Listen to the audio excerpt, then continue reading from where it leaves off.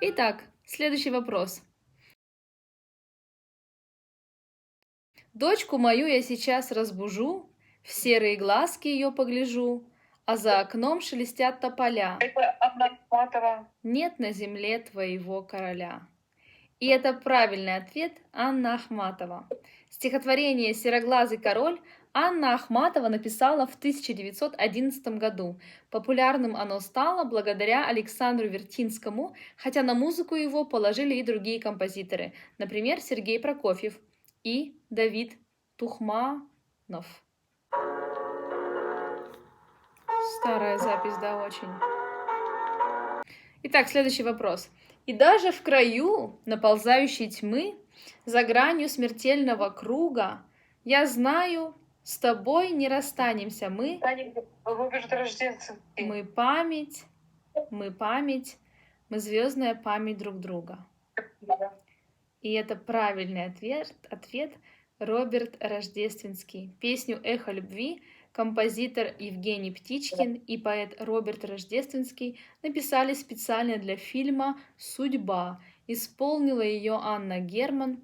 Популярной стала еще одна версия композиции. Певица спела «Эхо любви» вместе со Львом Лещенко. Но она достаточно грустная. Нет? Она грустная. Пылинками звезд, и выгнутся ветки упруго. Тебя я услышу за тысячу верст, мой ангел. Следующий вопрос. Поле, русское поле. Пусть я давно человек городской, запах полыни, вешние ливни вдруг обожгут меня прежней тоской. Тоской. Без вариантов сможешь ответить? Не-а. Итак, варианты. Я знаю, что Фельдман, Оскар Фельдман написал, да? Нет, варианты такие. Инна Гоф, Николай Некрасов. Инна Гоф. Инна Гоф, правильно. Я даже никогда не слышала это имя. Песню «Русское поле» для фильма «Новые приключения неуловимых» написала поэтесса Инна Гоф и композитор Ян Френкель. В картине ее исполнил Владимир Ивашов. Он играл белогвардейца Перова. Поле, русское поле, светит луна или падает снег, счастьем и болью. Следующий вопрос. Друг ты мой единственный, где моя любимая? Ты скажи, где скрылась? Евтушенко. Знаешь, где она? Друг ответил преданный, друг ответил искренний.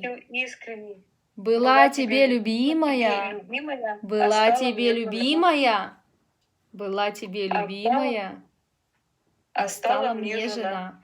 Итак, ты неправильно вариант отвечаешь. У нас два варианта. Владимир Киршон и Яков Полонский. Ну, давай угадывай. Киршон. И это правильный ответ. Песню «Я спросил у ясеня» из фильма «Ирония судьбы» или «С легким паром» композитор Микаэл Таривердиев написал на слова Владимира Киршона. В 1920-30-е годы он входил в одно из самых влиятельных в СССР объединений литераторов – Российскую ассоциацию пролетарских писателей. Стихотворение «Я спросил у ясеня» Киршон сочинил для своей пьесы «Большой день», а первым на музыку его положил Тихон Хренников.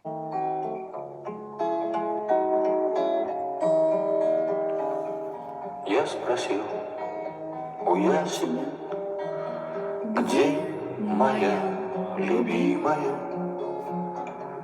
Ясень не ответил мне, качая головой. Следующий вопрос.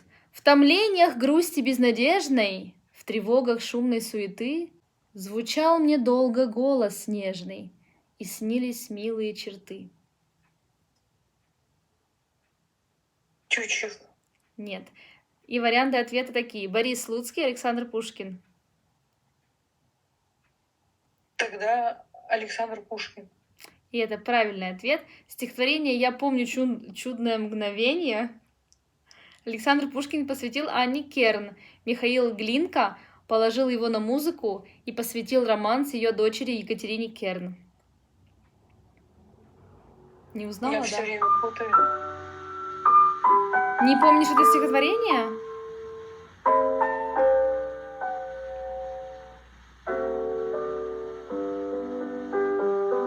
Я помню чудное мгновение, передо мной явилась ты. Как мимолетное видение, Как гений чистой красоты. красоты. И последний вопрос на сегодня. Утро туманное, утро седое, нивы печальные, снегом покрытые. Нехотя вспомнишь и время былое, вспомнишь и лица, давно позабытые. Давно позабытые. Без вариантов. Кто автор этих стихов? А варианты какие? Ага, варианты такие. Леонид Дербенев, Иван Тургенев. Иван Тургенев. И это правильный ответ. Стихотворение Ивана Тургенева «В дороге. Утро туманное» еще до революции стало основой популярного романса. Кто именно написал музыку для первой версии песни, точно неизвестно. Часто авторство приписывают офицеру Эрасту Абазе. Не знаю, правильно произнесла или нет. Позднее на музыку стихи переложили и другие композиторы: Яков Пригожий, Александр Гедики, Георгий Катуар. Произведение вошло в репертуар многих исполнителей, от Федора Шаляпина до Дмитрия Хворостовского.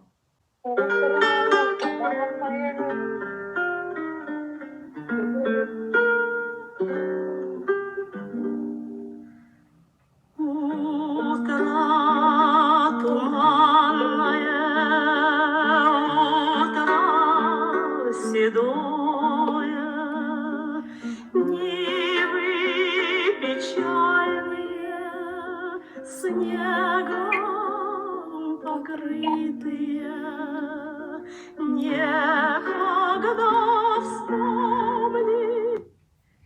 Молодец, мамочка, ты ответила на все вопросы правильно, и даже иногда, когда я не давала варианты ответов.